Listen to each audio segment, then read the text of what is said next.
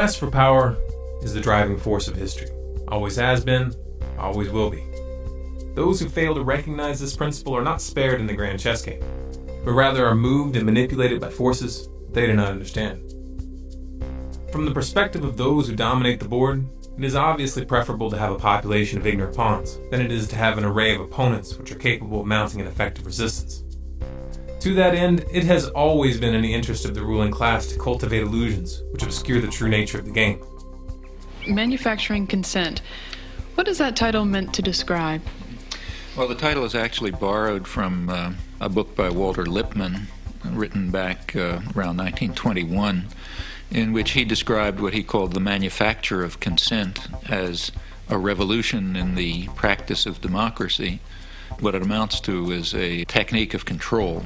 And he said this was useful and necessary because the common interests, the general concerns of all people, elude the public. Walter Lippmann wasn't speaking theoretically, nor was he commenting on a phenomenon that he had observed from a distance. He was part of that specialized class, and he personally influenced the development of this new technique, control. So what was this new technique that Lippmann was referring to? The answer to that question takes us back to the beginning of World War I. In 1917, Woodrow Wilson formed the Committee on Public Information, also known as the CPI. It was a propaganda agency, and its purpose was to build support for the war with the American people. The CPI, run by a man named George Creel, was known for its crude tactics, blatant exaggerations, and outright lies. However, one member of the CPI, Edward Bernays, had a much more subtle approach. Rather than resorting to lowbrow tactics, Bernays studied the mindset of the American people, and then based on his observations, he created a campaign to promote the idea that America's purpose in the war was to, quote, make the world safe for democracy. This meme was wildly successful, so much so that it continues to be used even to this day. Edward Bernays was Sigmund Freud's nephew, and like his uncle, he was an avid student of human psychology. Some documentarians, such as Adam Curtis in his film The Century of the Self, have mistakenly assumed that the psychological techniques that Bernays went on to develop were merely the practical application of Freud's theories. However, though Freud had a significant influence on his nephew, the reality of the matter is that he was not the source of these ideas. Sigmund Freud, Edward Bernays, and Walter Lippmann all subscribed to a school of thought that was first put forth in 1895 by a French social psychologist named Gustave Le Bon. Le Bon wrote several books, the most famous of which was entitled Psychologie des Foules. It was translated into English as The Crowd, a study of the popular mind. The Crowd was a revolutionary piece of work. In it, Le Bon not only presented an in-depth description of group psychology and how it differed from individual psychology, but he also outlined a very simple set of principles that enable leaders to spark ideological contagion and thereby rise to power. Hitler, Goebbels, and Mussolini all studied Le Bon's writings, and they applied his techniques to the letter. The results that they attained were precisely those that Le Bon claimed that they would have. Funny how they leave that little detail out of most history books, don't you think?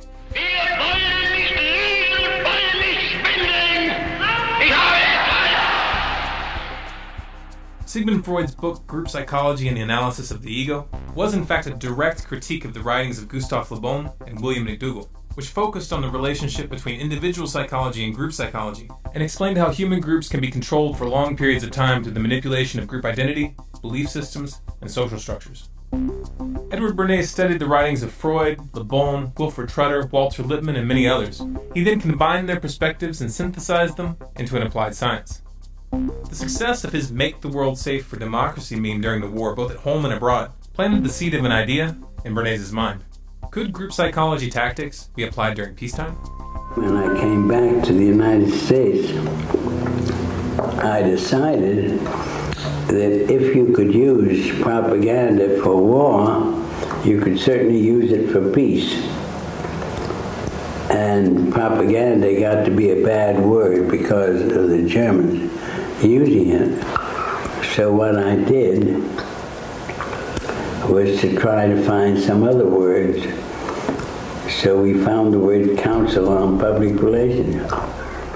In 1919, Bernays opened the world's first public relations office. He named his agency the Council on Public Relations. It occurred to me that any young debutante who was aware of the times and of herself as a woman being discriminated against, would be delighted to walk in the Easter parade with her bow to dramatize the idea that cigarettes were indeed torches of freedom, and to validate and to invalidate the taboo against women smoking. So I called up a debutante friend of mine, asked her to get another friend and two young men whom they liked, and I also instructed them on how to give information about what they did to the newsreels, weekly newsreels, to the newspapers, to the three important press associations, the AP, the United Press, and International News Service, and to walk from 34th Street to 57th and back and forth, lighting torches of freedom to protest man's inhumanity to women by a taboo against smoking. Next morning, there wasn't a newspaper in the United States, even the New York Times had a front page story, "Debutantes light torches of freedom to protest man's inhumanity to women by a taboo against smoking," lighting cigarettes in their walk. The interesting thing to me was that within 3 days, the newspapers, without any intercession on my part, published accounts that women were smoking in Union Square in San Francisco, in Union Square in Denver, and on the Boston Commons. This was Bernays' specialty, engineering social trends for clients, and he was very, very good at it. Perception was now a commodity, for sale to the highest bidder. Bernays aided the CIA and United Fruit Company, known today as Chiquita Brands International, in a successful campaign to topple the democratically elected Guatemalan government in 1954. He headed up the public relations campaign to garner support for the fluoridation of municipal water supplies on behalf of the aluminum mining company, Alcoa Incorporated, who was looking for a cheap way to dispose of their industrial waste. And he even helped the company convince the American public to eat heavier breakfast so that they would buy more bacon. What made Bernays so successful was his skill in applying 3 psychological tactics. 1. Creating carefully calculated associations with the subconscious fears and desires of individuals. 2. Influencing opinion leaders and perceived authority figures in order to reach those who follow them. 3. Initiating the contagion of behaviors and ideas through social conformity. Bernays wrote several books promoting these psychological tactics, including Propaganda and Crystallizing Public Opinion. In these books, he specifically encouraged governments and corporations to use his methodology to manipulate public perception. This suggestion did not fall on deaf ears. His techniques worked so well that they were adopted by virtually every sector that sought to influence the public. Media, politics, advertising, even the military. As Walter Lippmann had indicated, it was a revolution. Joseph Goebbels, Hitler's propaganda minister, found Bernays' approach very useful. Bernays acknowledged this fact in his 1965 autobiography entitled Biography of an Idea, where he wrote, "Carl von Wiegand, foreign correspondent of the Hearst newspapers, an old hand at interpreting Europe and just returned from Germany, was telling us about Goebbels and his propaganda plans to consolidate Nazi power. Goebbels had shown Wiegand his propaganda library, the best Wiegand had ever seen. Goebbels, said Wiegand, was using my book Crystallizing Public Opinion as a basis for his destructive campaign against the Jews of Germany. Obviously, the attack on the Jews of Germany was no emotional outburst of the Nazis, but a deliberate, planned campaign." The events that transpired in Nazi Germany stunned the world, and they inspired several prominent psychologists to investigate how populations are convinced to commit atrocities. In the process, they inadvertently established the science behind Le Bon's and Bernays' methods. In 1951, psychologist Solomon Asch set out to study and measure the effects and causes of social conformity and its ability to alter perception. To do so, he ran a series of experiments in which he asked groups of students to participate in what he told them was a vision test. In reality, all but one of the participants in each test were actually actors, each of whom had been prepped to give specific answers at specific times. The subjects were shown a card with a line on it, followed by another card with 3 lines on it, labeled 1, 2, and 3. They were then asked which line in the second card matched the line on the first card in length. The lines were made in such a way that the correct answer was obvious. Each member of the group was asked to give their response one at a time, and the real participant always answered last or next to last. For the first 2 trials, the actors gave the obvious correct answer. However, beginning on the 3rd trial, they would all give the same wrong answer. The goal was to ascertain how many people would conform to the perception of those around them when the group's position contradicted their own senses. The results surprised Ash. He had believed that the majority of participants would not conform and give an answer that was obviously wrong. However, results showed that 37% of people would conform to the crowd consistently, and 75% conformed at least some of the time. Ash was uncertain as to whether this conformity was limited to social compliance, or whether it was actually influencing perception on a neurological level. In 2005, neuroscientist Gregory Burns sought to answer this question.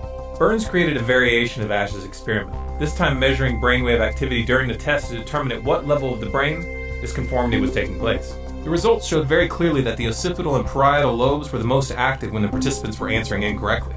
This meant that conformity was actually altering the perception of the test subjects at the neurological level. Take a moment and register what that means. Social conformity literally causes the brain to rewrite our reality.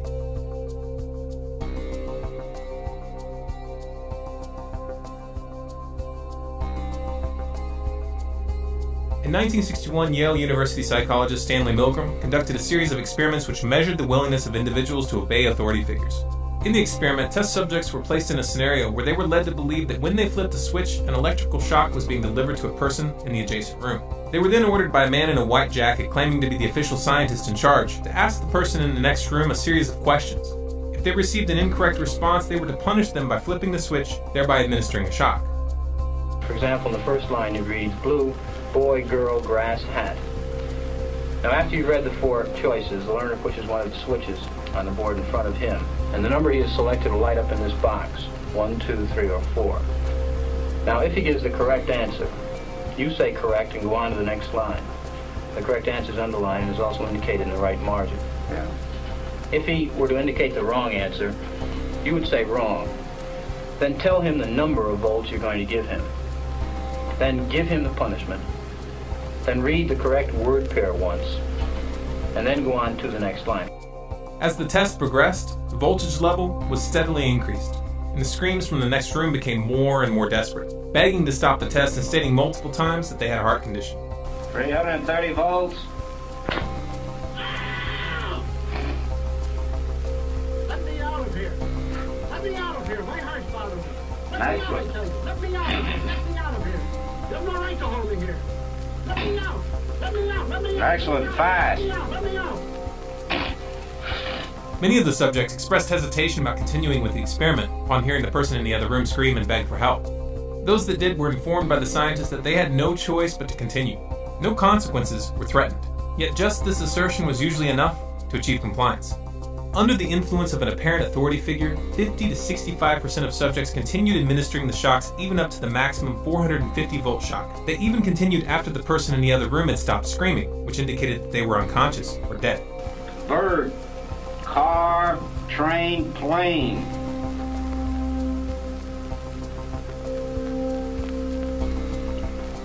Go on, please, with the procedure. Please answer.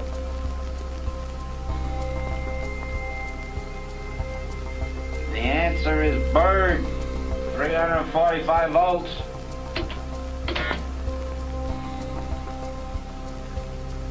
Blunt, knife, stick, word, arrow.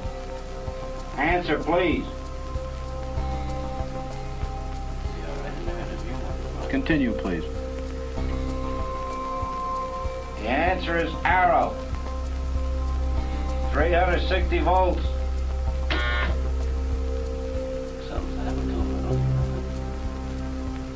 Go on, please, with the experiment. Please continue. The Milgram Authority experiment has been repeated numerous times over the years using individuals from a wide range of economic and social backgrounds, and the conclusions are always consistent. The aura of authority exercises an almost irresistible force over the human mind, easily overriding core morals and ethics. Even more shocking is the fact that no legitimate authority is necessary. Appearances suffice.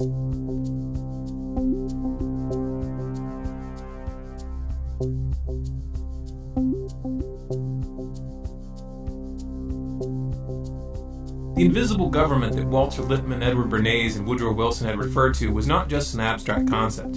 It was a very real and concrete reality, and they were well positioned to comment on it because they directly participated in its creation. It all started as an inquiry. The inquiry, to the select few who knew, was a group of 150 men assembled by Woodrow Wilson to gather the data that they thought necessary to, quote, make the world safe for democracy after World War I was over. Among the known members of the inquiry were Walter Lippmann, Paul Warburg, better known as the father of the Federal Reserve, and Edward House, Wilson's closest advisor, the man responsible for convincing Wilson to sign the Federal Reserve Act in 1913.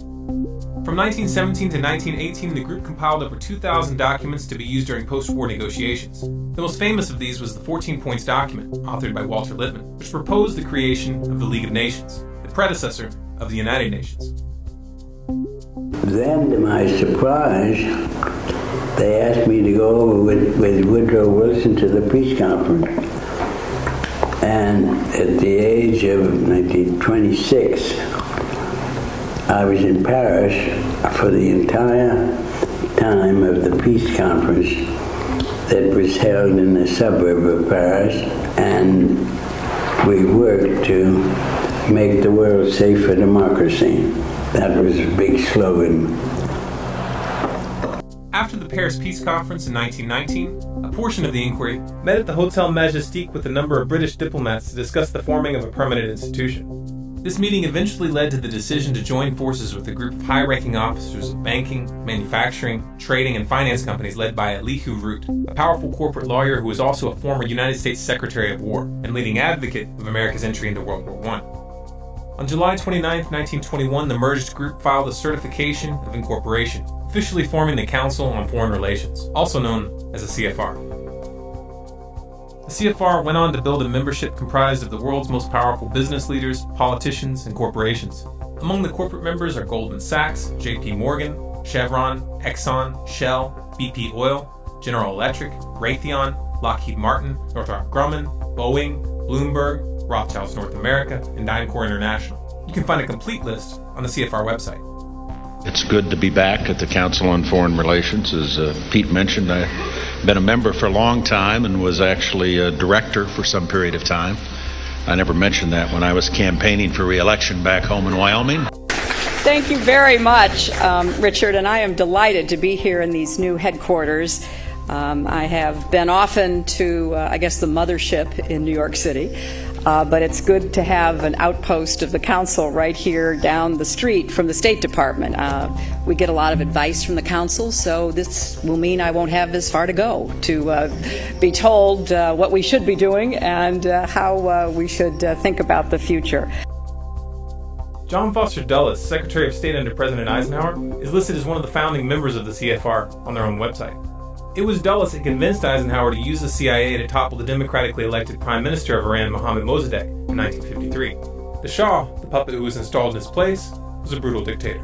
He enjoyed full support from the U.S. government until he was overthrown in the Islamic Revolution of 1979. Dulles was also the man behind the 1954 CIA coup in Guatemala, and remember, Bernays ran the propaganda for that operation. The tactic that Bernays chose was to convince the public that the Guatemalan government was backed by the Soviets. Nada menos que John Foster Dulles, que era el secretario. No less a figure than John Foster Dulles, head of the State Department, was part of the firm of lawyers acting for the United Fruit Company. His brother Alan was the head of the CIA. So it didn't take much of an effort on their part to persuade their president, a military man, Mr. Eisenhower, to give them the green light to overthrow Arbenzi's government. Para derrocar al gobierno de Arbenz. U.S. Secretary of State Dulles takes the rostrum to urge united action by the Americas to outlaw international communist intervention in the Western Hemisphere. Bernays' tactic worked, even though the Soviet Union didn't even have diplomatic relations with Guatemala at the time. Я абсолютно убежден в том, что правительство Арбенца The Arbenz government, which had been in power from 1950, didn't enjoy any logistical support from the Soviet Union.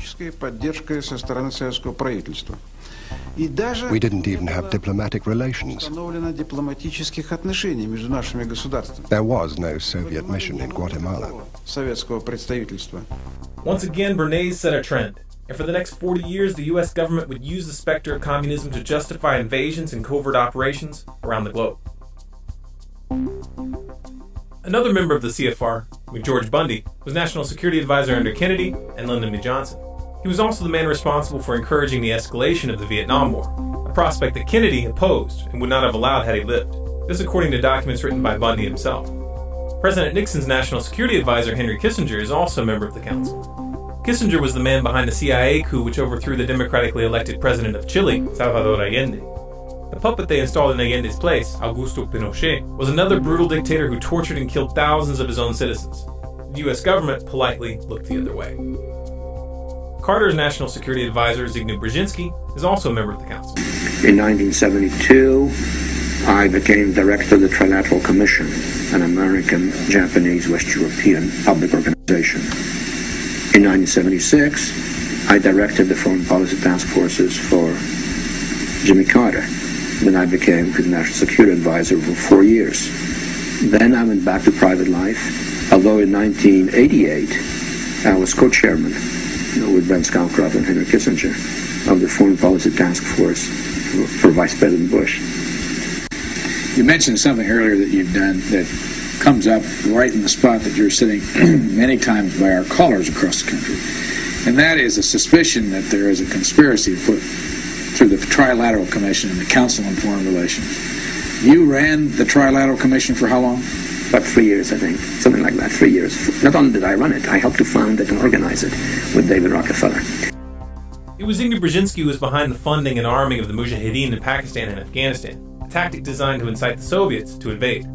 U.S. National Security Advisor Brzezinski flew to Pakistan to set about rallying resistance. He wanted to arm the Mujahideen without revealing America's role. On the Afghan border near the Khyber Pass, he urged the soldiers of God to redouble their efforts. We know of their deep belief in God, and we are confident that their struggle will succeed.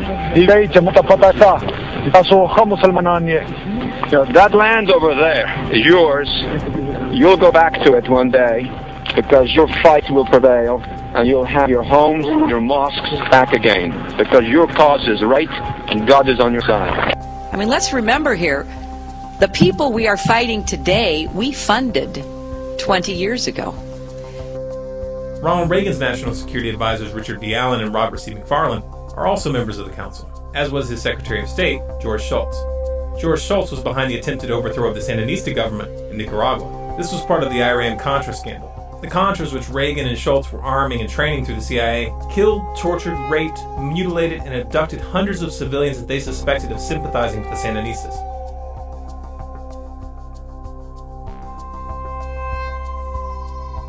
George H.W. Bush was a director of the CFR from 1977 to 1979, and his Secretary of State, James Baker, is a current member. You might remember this clip from 2012 where Baker and Clinton joked about the plan to take out Iran. There will also be many, many side effects, all of them adverse, from an Israeli strike. But at the end of the day, if we don't get it done the way the administration's working on it now, which I totally agree with, then we ought to take them out. Secretary Clinton. Well, we're working hard. We're working hard. I said at the end of the day may be next year. It will be next year. Kind of sounds like an inside joke, doesn't it? 1 year after this interview, the Obama administration attempted to initiate an attack on the Syrian government. This was designed to draw in Iran, which has a mutual defense agreement with Syria. Obama took an indirect route by funding and arming militants who then committed atrocities and blamed them on government forces. Sound familiar? Well, perhaps that's because Zbigniew Brzezinski was Obama's personal mentor. Somebody who has over decades trained some of the most prominent foreign policy specialists, not just in the Democratic Party, but has trained a number who ended up in the Republican Party as well. He is one of our most outstanding scholars, one of our most outstanding thinkers. He has proven to be an outstanding friend and somebody who I've learned an immense amount from. And for him to support me in this campaign and then be willing to come out here to Iowa is a testimony to his generosity. So if everybody could please give Dr. Brzezinski another round of applause. Bill Clinton is also a member of the council. and his Secretary of State, Madeleine Albright, is currently serving on the board of directors. Madeleine Albright was in charge of the sanctions on Iraq that were in place during the entire Clinton administration. We have heard that 500,000 children have died. I mean, that's more children than died in Hiroshima. And you know, is the price worth it? I think this is a very hard choice, but we think the price is worth it.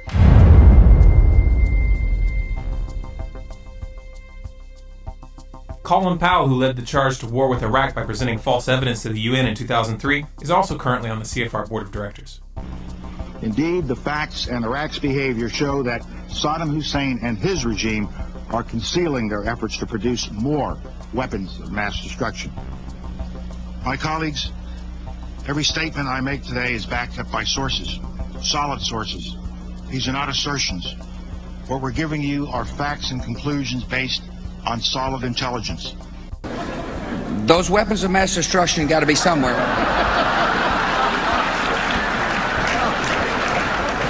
Nope, no weapons over there.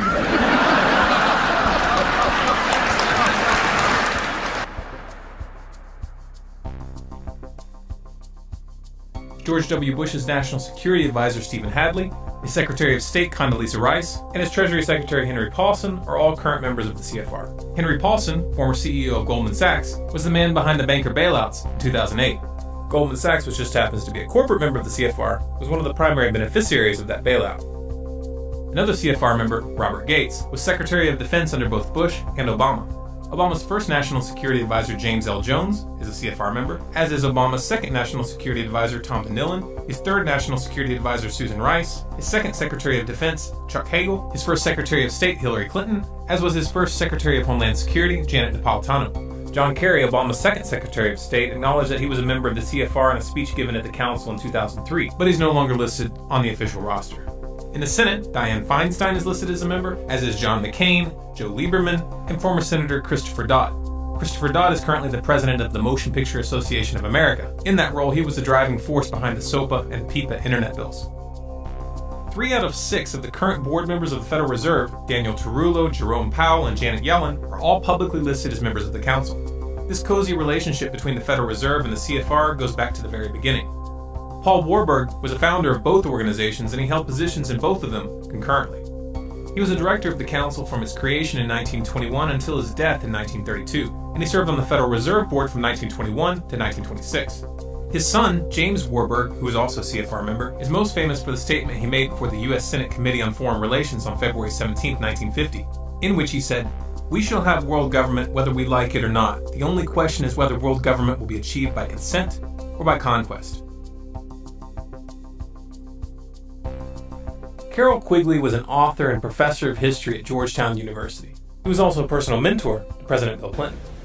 And then, as a student at Georgetown, I heard that call clarified by a professor named Carroll Quigley.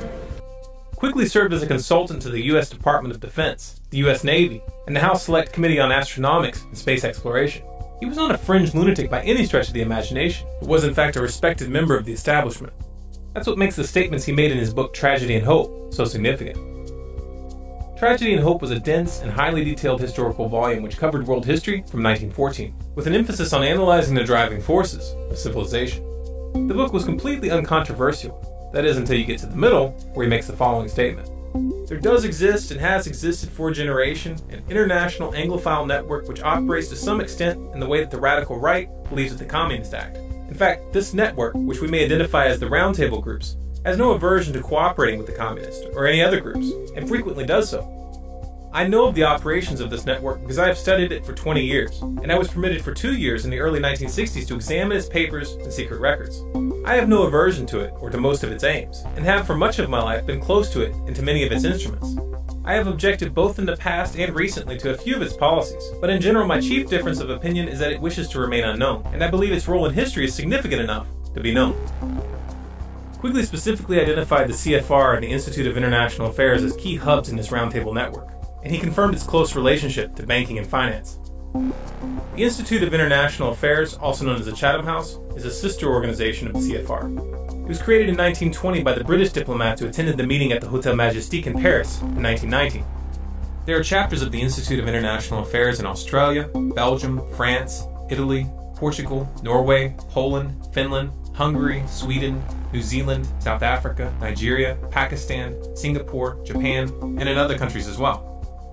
For we are opposed around the world by a monolithic and ruthless conspiracy that relies primarily on covert means for expanding its sphere of influence, on infiltration instead of invasion, on subversion instead of elections, on intimidation instead of free choice, on guerrillas by night instead of armies by day.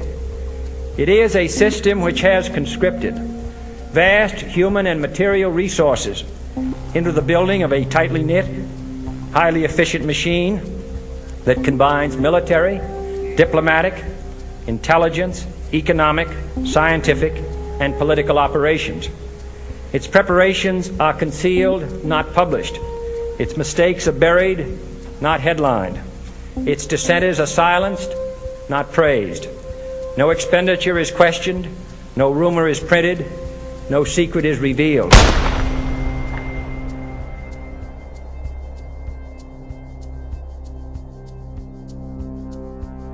The secret to the power that the Council on Foreign Relations and the other roundtable groups wield lies in a clever application of the techniques that Bernays developed. They target individual psychology by cultivating a sense of exclusivity and prestige, which plays upon people's desire to feel important and powerful. Like Bernays, they manipulate the public indirectly by targeting opinion leaders and authority figures. By influencing their membership, which is comprised of men and women in the highest levels of government, business, and finance, they hijack the phenomenon observed in the Milgram authority experiments while bypassing the electoral process. Most of the meetings held at the CFR are run under Chatham House rules, meaning that the ideas discussed there may be used and spread by those present, but no one is allowed to mention where those ideas came from. I would like to remind the audience, it says here, that this meeting is not for attribution. This means that participants are welcome to make use of the information received at the meeting, but neither the identity of the speakers nor that of any other participant may be revealed, nor may one cite a council meeting as the source of the information. These closed-door discussions and their exclusive membership process work together to engineer the phenomenon demonstrated in the Ash Conformity experiments. New members must be nominated by an existing member, seconded by 3 members, and approved by the board of directors. This process ensures that ideological continuity is maintained as social conformity brings new members into line with the group. It's important to remember that wealth, social status, and official positions of power do not reduce the effects of group psychology. We get a lot of advice from the council, so this will mean I won't have as far to go to be told what we should be doing and how we should think about the future. To put it in simple terms, the politicians aren't the ones calling the shots. They're just puppets. Voting the bums out doesn't work, and it hasn't for a long, long time. Now you know why. Even if we remove every single corrupt oligarch from the councils of government, we will end up right back in the same situation unless we deal with the psychological underpinnings of our enslavement. But how do we do that? How do we reach the group mind and shake the crowd from its slumber? Group psychology is a weapon, and like all weapons, it is capable of being used for good or for evil. For many years, it has been in the wrong hands. It has been hidden from the public and used against them. It's time for the people to pick up that weapon and use it to free themselves. It's time to start studying. Read Gustave Le Bon's books, The Crowd and Psychology of Revolution. Read Edward Bernays' books, Propaganda and Crystallizing Public Opinion. And read Gene Sharp's books, From Dictatorship to Democracy and National Security Through Civilian-Based Defense. Learn the theory, learn the techniques, and start using them to spread the truth rather than hiding it. Start using them to prevent wars rather than start them. Start using them to stop the militarization of the police and to end the surveillance state. Use them to bring this corporate mafia to its knees. Some of you may find this proposition frightening. This is dangerous stuff. These are ideological M16s with boxes of ammunition. If even a few motivated individuals started using these techniques effectively, it could seriously disrupt the balance of power. But that is exactly what's needed. I challenge you to look around. Look at the state of the world. Look at where these psychopaths are taking us. If you do not feel the imperative to change the course that we are on, then you're not paying attention. So just as I say, we aren't going to let any dogs or water hoses turn us around, we aren't going to let any injunction turn us around.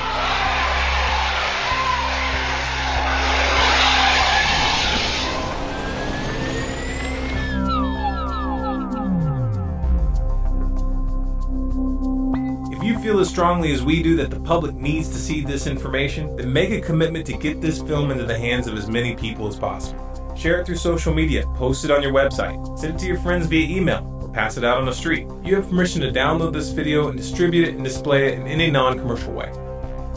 If you want to make sure you catch future videos, be sure to subscribe to Storm Clouds Gathering on YouTube, and click the little gear on the subscribe button to have YouTube send you an email notification of new uploads. Also sign up for email updates on our website, stormcloudsgathering.com, and follow us on Facebook, Twitter, and Google+. Special thanks to everyone who donated on our website over the past year to make this film possible. We really sincerely appreciate your support.